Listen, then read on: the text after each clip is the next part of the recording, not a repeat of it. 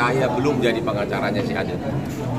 Pada saat si suami membawa anak-anaknya tinggal sama dia, saya belum jadi pengacaranya. Saya tidak kenal mereka.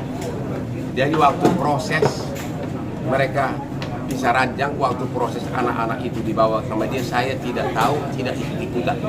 Saya bahkan belum kenal mereka. Ya, jadi kalau ada tuduhan saya memisahkan ibu dengan anak, itu tuduhan palsu. Saya tidak ikut-ikutan waktu itu. Kasus ini mulai meledak, kan sudah beberapa waktu kan anak itu semua tinggal sama bapaknya. Tiba-tiba pada saat lagi berobat ke rumah sakit, ibunya ngintip, langsung diviralkan waktu anaknya, waktu putrinya histeris nggak mau ketemu ibunya. Itu pun saya tidak tahu, itu saya belum jadi pengacaranya. Benar-benar gua nggak ikut-ikutan.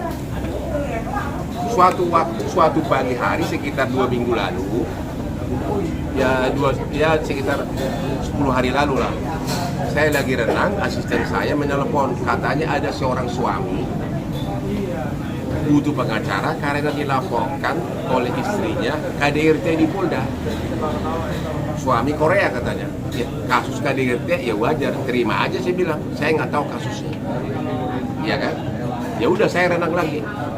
Tahu-tahu 2 hari kemudian istrinya teriak-teriak, "Hotman, kenapa kau bela suami saya?" Ternyata dia hubungi Putri, yang juga orang dari Hotman 911, minta agar Hotman 911 jadi pengacara dia. Dia bilang kalau kasus KDRT suaminya sudah menunjuk kantor Hotman. Jadi kita tidak pernah berbuat apapun terkait dengan bisa anak, bisa ranjang. Kita bahkan nggak kenal mereka. Bahkan kasus kepolisian pun yang kita dituju itu belum berbuat apa-apa karena polisi sudah manggil, tapi kan dia di luar negeri, jadi belum penyelidikannya masih tertunda. Jadi saya nggak melakukan apapun. Tiba-tiba seluruh mak-mak nyerang gua gitu loh. Kau pisahkan ibu dengan anak.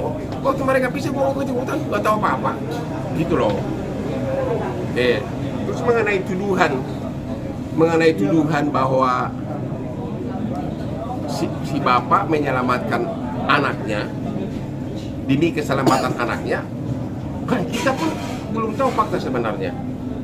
Tapi fakta bahwa si putrinya mau bunuh diri gara-gara hubungannya sama ibu itu benar. Ya. Dan makanya si bapaknya baru tahu belakangan. Makanya si bapak menyelamatkan anak-anaknya itu, termasuk anaknya yang kedua sudah berkelahi dulu di sekolah karena stres. Biasa kalau kita di rumah nggak beres, ya kan, anaknya sudah ada kelainan juga. Demikian juga menurut bapaknya, bayinya ini sangat kurang terawat. Bahkan katanya botol susunya itu berhari-hari nggak dicuci. Jadi kita tidak tahu siapa yang benar. Pertanyaannya adalah, kalau benar si suami melakukan itu demi menyelamatkan anaknya, termasuk yang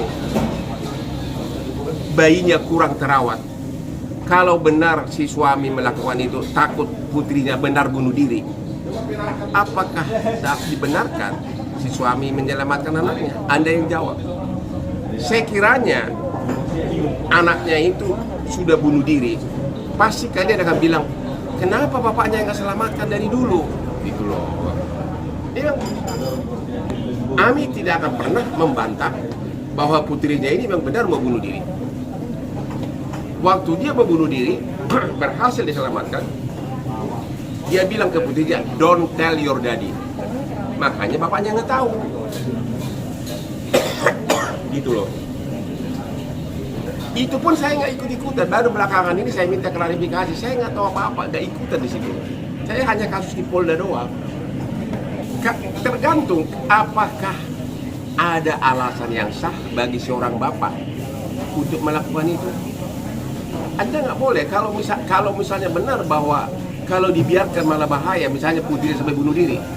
Makanya tergantung alasannya. Makanya nanti pengadilan Singapura yang memutuskan itu. Karena mereka kawin di Singapura. Jadi kalian jangan menjudge dulu sebelum tahu fakta sebenarnya. Kalau yang dituduhkan putrinya itu benar, coba gimana? Yang bisa saya bantah bahwa itu bukan dibrengos adalah yang memviralkan itu duluan siapa? Wajah anaknya. Itu siapa? Di Instagram siapa? Siapa? Ibunya. Kan waktu mereka ke rumah sakit kan nggak tahu bahwa ibunya ngintip di balik pintu. Lihat nggak? Udah disiapkan tim kamerawan. Langsung putrinya histeris, nggak mau mama. Apa itu di brainwash? Begitu lihat ibunya histeris ketakutan. Dan yang memviralkan dulu wajah anaknya siapa? Ibunya, Instagramnya di mana-mana. Dan viral itu kan. Itu loh. Jadi ada yang mengatakan, kenapa Richard Lee? Munafik lu semua, lo main tuduh aja lo. Apa alasan karena asuransi mungkin? Saya nggak tahu, kita nggak tahu. Tapi yang jelas, kalau anaknya meninggal, ibunya akan dapat setengah dari uang asuransi, setengah bapaknya. Total uang asuransinya $4 juta keluarga itu. Ya kita nggak tahu, makanya kita nggak bisa menduga-duga. Ya, kalau putrinya meninggal, ibunya akan dapat duit dari asuransi. Fakta bahwa putrinya mau bunuh diri itu nggak dibuat-buat, itu benar. Kalau itu benar, gimana pendapat saudara? Apa harus kalian nunggu istri putrinya mati dulu baru kalian bilang kenapa bapaknya nggak menyelamatkan dari sekarang? Dia nggak waktu kejadian di video itu, waktu ibunya datang ke rumah sakit, benar-benar putrinya itu ada yang bilang itu netizen munafik, itu di brainwash. Bapak kau yang di brainwash. Lu gak punya otak, lihat itu Instagram. Kalau otak kau di brainwash, ya itu tidak maju-maju. Makanya nyinyir melulu lo. Jadi orang yang mengatakan bahwa putrinya itu di brainwash pada saat di rumah sakit begitu histeris ketahuan ibunya, lu yang di brainwash sehingga lu gak maju sampai sekarang, gak sukses sampai sekarang. Sampai sekarang gaji lu masih UMR.